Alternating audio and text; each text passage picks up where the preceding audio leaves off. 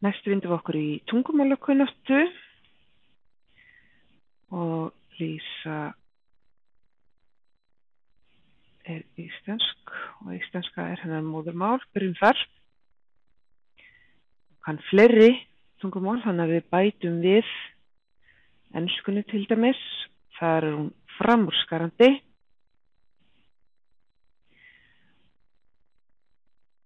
Það er hún með nokkur önnur tungumál sem hún hefur svona grunnhæfni í.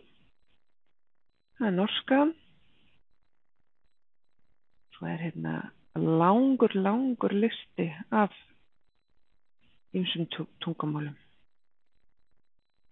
Hún er einmitt ansi góð í bosnísku.